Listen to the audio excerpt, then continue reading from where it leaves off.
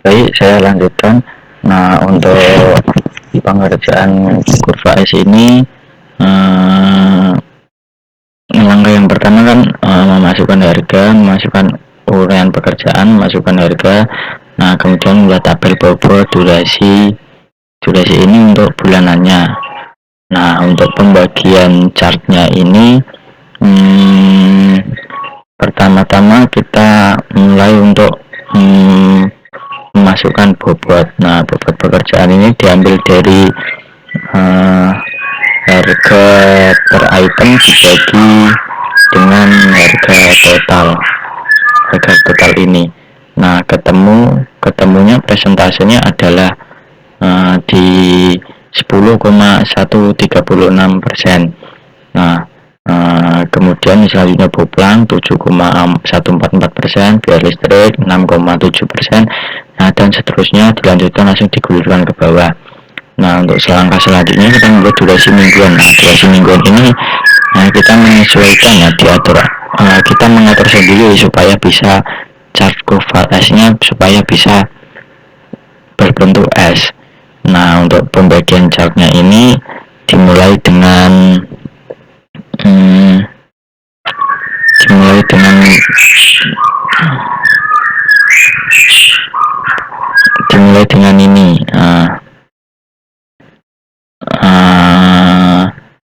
Untuk pembagian chartnya ini di bulan Februari ini kan ada 1 minggu. Nah, caranya ini diklik sama dengan di sini. Sebentar, saya hapus dulu untuk chartnya ini.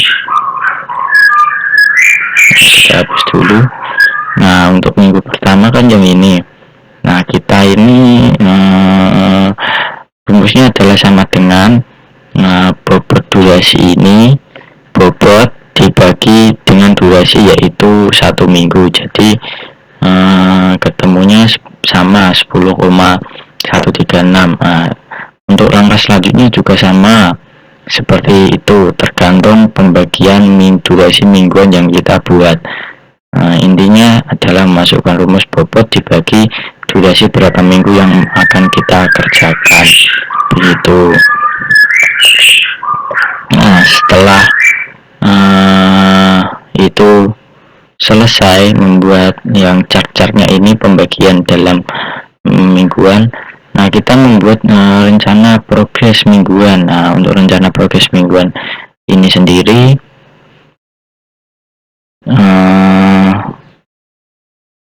rencana progres mingguan ini sendiri yaitu jumlah dari chartnya ini per minggu.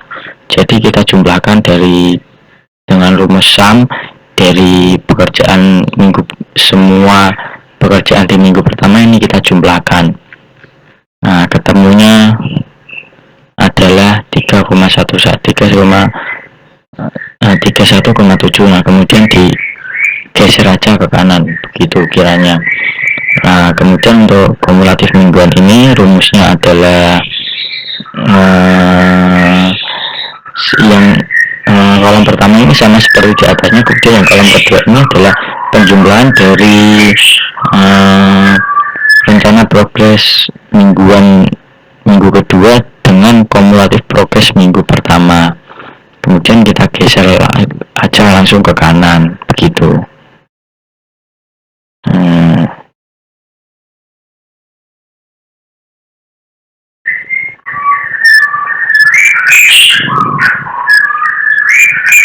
Nah, begitu. Setelah selesai membuat ini, kita membuat grafiknya. Cara membuat grafiknya adalah kita harus ngeplot dari atas ini sampai ke ujung bawah sini, kemudian kita insert, kemudian kita masukkan chart yang seperti ini. Nah, chart ini nanti muncul otomatis dengan data yang ada di sini dengan grafik yang sama, begitu. Nah, setelah pembuatan ini, kita langsung masuk ke Microsoft Project-nya. Untuk Microsoft Project-nya ini sendiri, langkah yang pertama adalah kita mengatur projectnya dulu. Kita pilih kita project, kemudian mengatur informasi project. Nah, informasi project ini adalah berapa lama project yang akan kita buat. Nah, ini startnya adalah tanggal 1 Februari dan kita finishnya pada bulan ke-7 begitu.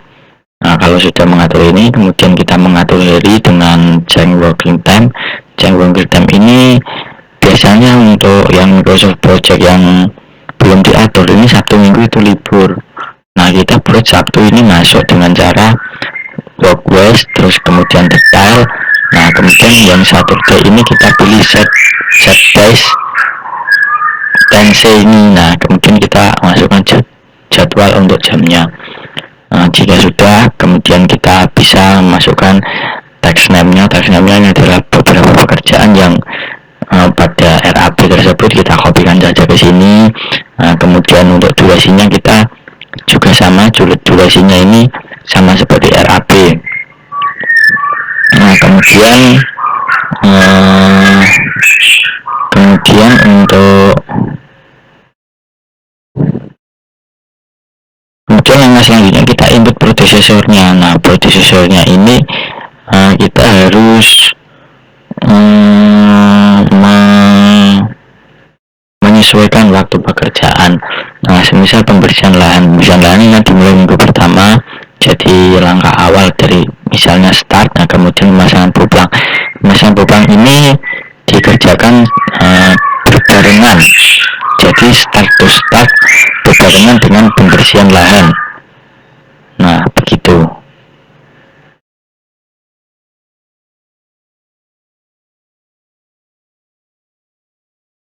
Nah, prosesornya ini 5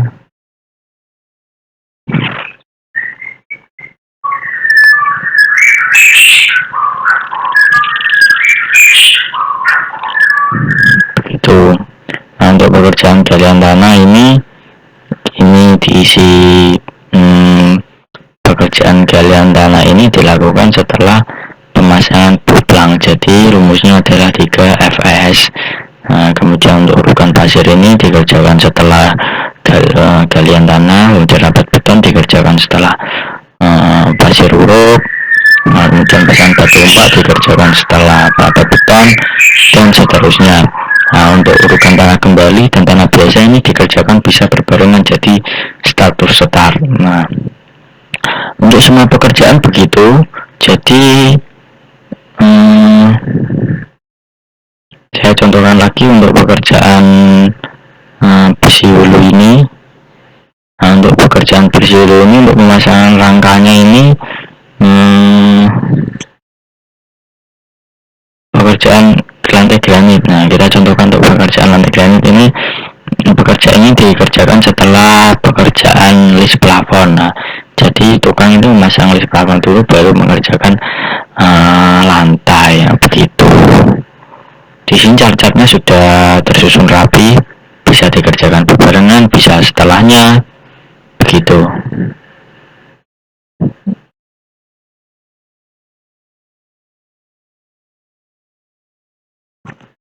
Satu tiga tiga.